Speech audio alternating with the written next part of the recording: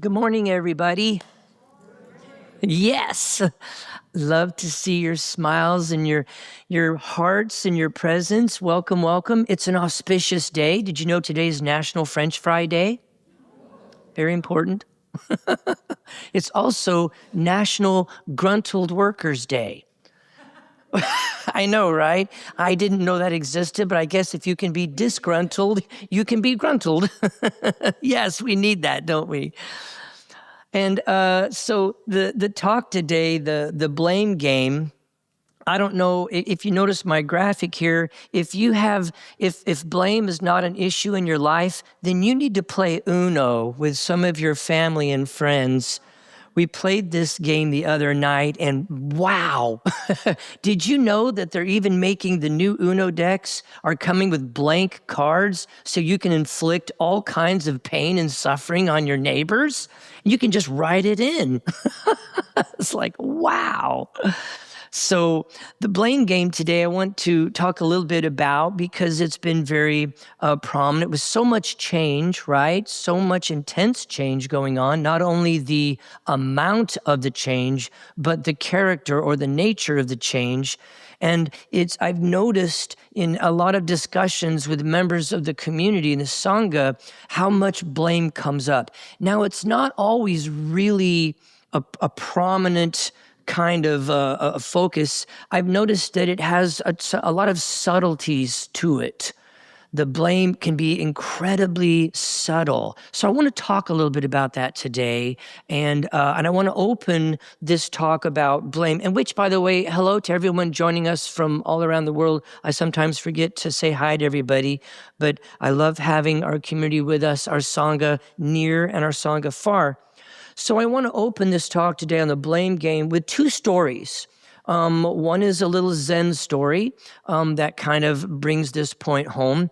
And also the other one is just a story about a Dharma talk that was given by Brother Phop from the Order of Interbeing, or what we know as Plum Village or Thich Nhat Hanh. And so the first is the Zen story about there was this fisherman who was in his boat, and he was on the river, and he was working, and he noticed in the distance another boat kind of heading his direction, no big deal. And so he's going about his stuff, and he looks, and the boat's a lot closer, and it's pointed right at him. And so now he's starting to grow concerned. Now he's kind of keeping an eye on it while he's doing his other chores and stuff on the boat, and the boat's getting closer. And now he starts yelling at it. He's, move over, change your course, don't hit me. He's yelling at it, and the boat's getting closer, and it's still pointed right at him, and now he's getting furious, and he's screaming, and he's yelling, and he's starting to throw things, and then the boat comes, and it hits his boat, and that's when he realized there was no one in it. The boat was empty, and yet here was all of this blame and judgment and fury. Isn't it interesting how so much of our blame has a sense of we think we know what someone else's intention is, so we create stories about their intention, and so all this blame comes up. I often think about children. When children do things, what's absent is the blame. It's like, it's a kid. This is what kids do, right? But what point does the shoulds and the shouldn'ts kick in? You're old enough. You should know better. And now there's blame. So it's an interesting thing. I've been exploring blame and looking at it in so many different ways. And then the other story is the story about Brother Phop from the Order of Interbeing. And he tells this, it was a Dharma talk. And at the Dharma talk, he holds up an orange. And he made a notice that, we tend to instantly fall to a label. Oh, that's an orange. Done, right? Story's over. But Brother Phop goes on to explain this orange is, we don't just fall right to that. In other words, he noticed how quickly we assign a label, and then we can see no deeper than that. But he went on to say, look at the orange with Dharma eyes. Dharma eyes. Dharma meaning truth, right? Truth of our teachings and also the truth of this moment. but look at it through Dharma eyes. When you do so, we see that the orange isn't what we think it is at all. It is not a separate entity. It is not solid, nor is it permanent. The orange is made of all the elements that created it: sunshine, rain, dirt, insects that turn the dirt, farmers that fertilize and tended the trees. The orange is also made of all the elements that created these elements: the cloud that changed into rain, the farmer's mother and father that gave birth to that farmer. And the orange is also all of the elements that it will become: the worms that eat the rind, and you who eat the sweet wedges. So in these two stories, in the Zen story, we see how we create stories in our mind with the boat. You know, the intention, this boat driver is going to get a piece of my mind. You know, so we develop these stories. And so we, as practitioners, remain diligent in our practice for when those stories arise within our own minds. If we can remain diligent and aware, noticing, question, you know, this is a story, these thoughts that are shown up, these dialogues happening in my mind, how much of that is a story? I think you'll find that often almost all of it is a story that we've created, that we've made up. And in the story of the orange, we see how easily the mind can collapse onto a label, a single cause, or even an oversimplified perspective about something. And yet, we remain diligent in our practice to stay open to all possibilities. Yeah, I've collapsed down onto this excuse, but are there other possibilities? And can you remain open to those?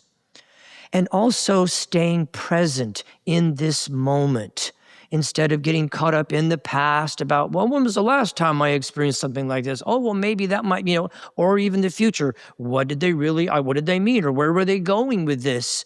All of these mental machinations keep us out of the present moment. And in the present moment is where you can sense the truth of the moment. You can feel what's really going on. So this week, the invitation is to explore, how does blame show up in your life? And the invitation is to, with a playful curiosity, study it. With a playful curiosity, notice, how does it feel? What does blame feel like when I've caught myself blaming someone or something or some group? Or how does that feel? And what are the thoughts that are generated by that kind of energy, the blame energy? Is it a large energy? Is it small? Is it acute, or is it kind of dim? What is it like? Explore this fully. This work that we do in the self-inquiry and the self-discipline and this playful curiosity at looking at the things that arise, this work cultivates, among other things, wise thought. This is the second step on the Eightfold Noble Path, also known as Sammasankappa, wise thought. Let me explain that just a little bit more. Sammasankappa, or wise thought, denotes the thoughts of selfless renunciation or detachment, thoughts of love, thoughts of nonviolence, which are then extended out to all beings. It is very interesting and important to note here that the thoughts of a selfless renunciation or detachment, thoughts of love, thoughts of nonviolence, these are grouped in on the side of wisdom. In other words, the Eightfold Path, as many of you know, I know many of you study and look at this, but it's broken into 3 sections. The first 2 steps are broken into the wisdom section. And so it's important to note that this area of wise thought falls under wisdom.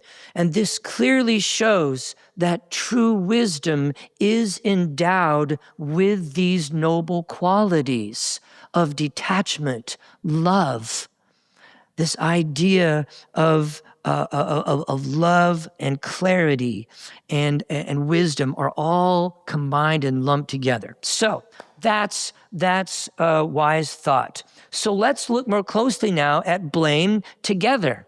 Let's unpack this just for a moment as we kind of explore. And it's really easy, you guys, to see how blame starts. Right? So let me give you an example. Let's say you're a little kid. Let's go back to when you were 6 or 7 or 4 or 5, somewhere around there, and you spill your soda pop, okay? And then dad blows up and he's like, "Why did you do that? What is the matter with you?" Now, right there at this moment, when mom or dad loses their cool because you made a mess, think about this. Which one of these is easier for the kid to think? Is it easier for the kid to think, my parent doesn't seem safe. I wonder about the difficulties of being an adult and the nuances of simultaneously being a good person yet making so many mistakes? Or is it easier for the kid to think, oh, it's my fault, I did bad, I'm bad? And there you go. It started. Just that one little, it's so much easier just to go to that, right? And it starts. And if we continue blaming ourselves over time, we can end up feeling guilty, ashamed, depressed, angry. Our blame then broadens over time until not only did you spill your soda, but now you are completely to blame for environmental collapse. So this is where blame starts. And it may start first here with ourselves, but it's so easy to then start to blame everybody. Because once you start playing the blame game, it never ends, friends. Here, there, everywhere. It's you just blame, right? It becomes an egoic mind state. And the more we cultivate that mind state, the stronger and more embedded it becomes. And again, it almost doesn't matter who or what you're blaming. You're just blaming. You just need to blame because that's where we get stuck, is in that mode, that egoic mind state. After a while, it becomes familiar. And as we know, we would rather be with something that's familiar than to be in uncertainty. So it becomes an old, warm blanket. Oh, good. Blame. Yeah, I can blame everybody. That feels so much better than actually taking responsibility for looking at the thoughts or bringing recognition to what I'm feeling right now in my heart, because it might not feel good. And who wants to go there? So we can start by simply noticing a few things about blame. Again, this playful curiosity, this invitation to explore, how is blame showing up in your life? We can begin with, this is the self-inquiry, we can begin by noticing the outer blame, right? This is the easiest one, because as we all know, everybody's doing it wrong. If they would just listen to me, the whole world would be just fine. I got this, I know, right? Everyone else is doing it wrong. So the outer is going to show up first. Somebody did something bad, and they are to blame. And so that is the easiest one to see. And this blame, especially when we start noticing only everyone who's doing it wrong. And by the way, every 24-hour news channel will be happy to help you along with this, all right? They're going to show you how wrong everybody is, how bad everybody is. And you know why? Because the outer blame has a little hit. It has a little, like any joint or rum and coke or video game, there's a hit. And after time, what develops is righteous indignation. Oh, that feels so good because the wronger they are, the righter I am. Righteous indignation is also an egoic mind state. And the more you play there, the more you cultivate that, the stronger it will grow. And it feels so good. I am so right. And it feels so good to be right. And they are so wrong. So be careful of this trap, okay? Notice it when it comes up, all right? Number 2, the inner. So the blame, there was a great quote that I read the other day, and I think as we explore this idea of blame and how we blame ourselves, and again, there is a subtlety to this. It can be very, very subtle. You could not even know that you are blaming yourself and yet are punishing yourself every day. The blame may not be, you might not be cognizant of it, and yet you harbor these really painful, heavy thoughts and feelings as a way to punish yourself. So there was this really great quote that I read. I'm sorry I didn't write down where it came from. I think I got it just off of, I was just looking at articles, but I can't remember where it came from. But the quote that I picked out of there said this: "The optimist sees failure as a step to learning a new approach for the next time around. The pessimist assigns blame and ascribes to it a characteristic beyond their control." So let me say it one more time. The optimist sees failure as a step to learning a new approach for the next time around. The pessimist assigns blame and ascribes to it a characteristic beyond their control. I think that is so fascinating. This idea, of how we oftentimes, because we can be optimistic and even sometimes pessimistic. And we don't have to assign this as something that you are. We already know that through impermanence, because of the Buddhist practice of impermanence, you can't always be an optimist. You can't always be a pessimist. You will play in various aspects of that throughout every day even. So again, noticing, when I'm assigning blame, am I also ascribing to it some characteristic that seems to be beyond my control or their control or whatever? Oh, they can't help themselves. Right? Really? So this outer and this inner, I think, are interesting places to start our self-inquiry. You can just start right there. Notice when you're blaming outside of yourself. Them, they, and then notice when it's more internal. And again, this one could be trickier.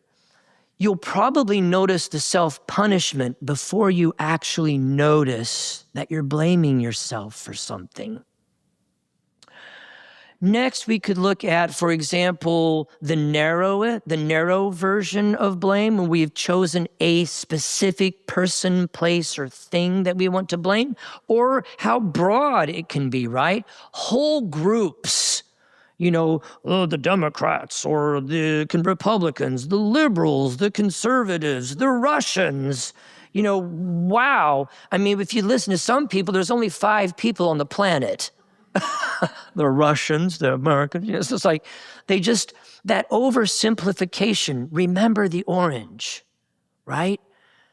Is it really one person's fault? How can that actually be? I mean, do you know how they were raised? Do you know what kinds of belief systems were imprinted? Do you know what happened to them this morning? I mean, there are so many variables. We are such a process, and that can be freeing and liberating when you really embrace this idea that we are not a thing. I know my friends at Unity sometimes like to say God is not a noun, God is a verb. Well, in the same way, so are we, right? We're not a thing. So I have opened this door this morning to self-inquiry, the path of inquiry. And I want to again remind you to engage this path without any judgment. Whatever you're looking for, stay playful, stay curious. We have this tendency as human beings to conflate actor and action.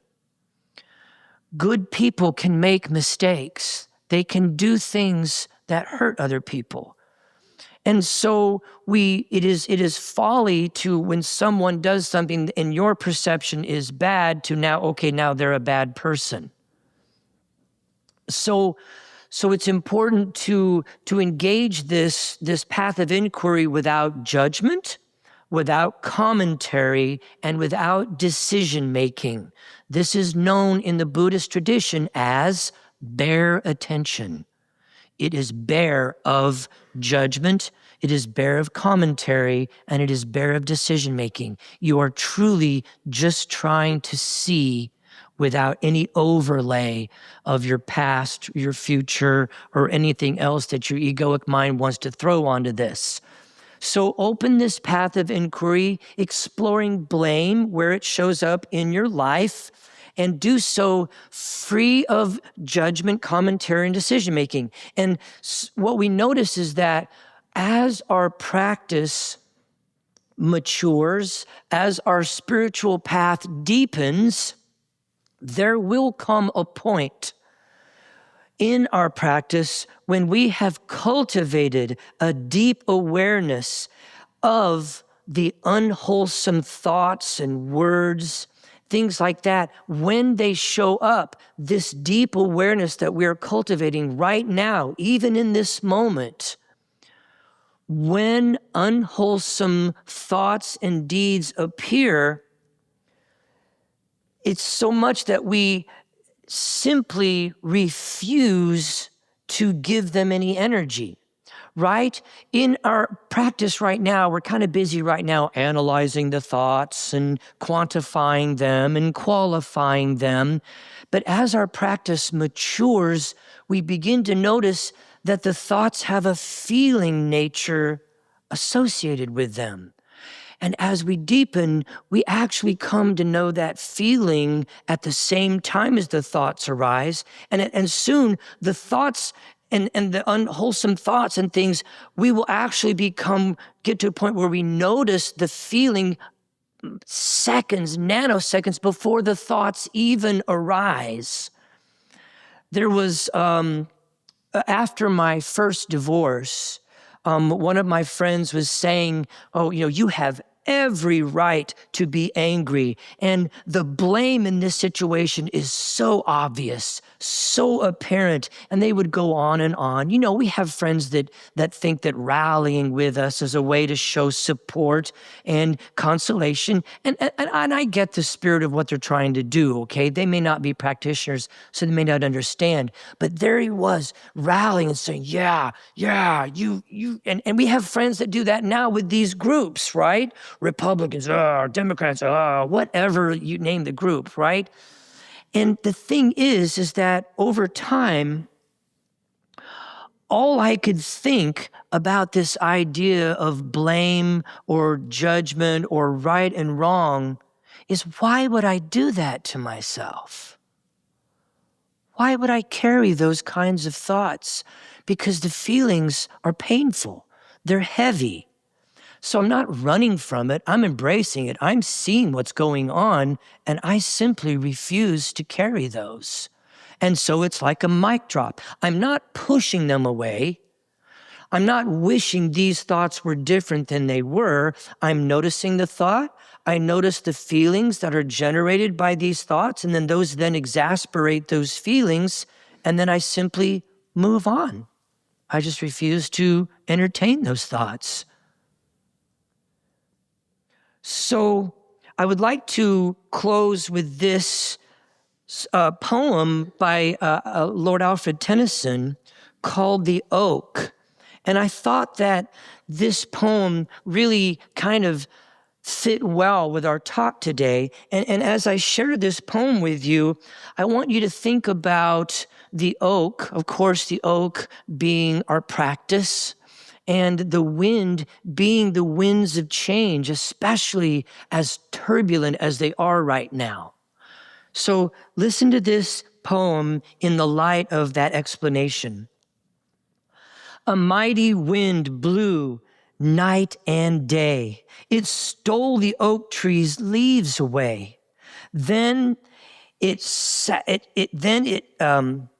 up and broken its boughs and pulled its bark until the oak was tired and stark. But still the oak tree held its ground, while other trees fell all around. The weary wind gave up and it spoke. How can you still be standing, oak? The oak tree said, I know that you can break each branch of mine in two and carry every single leaf away, shake my limbs and make me sway. But I have roots stretched deep into the earth, growing stronger since my birth. You'll never touch them, for you see, they are the deepest part of me. Until today, I wasn't sure of just how much I could possibly endure. But now I have found, with thanks to you, I am stronger than I ever knew.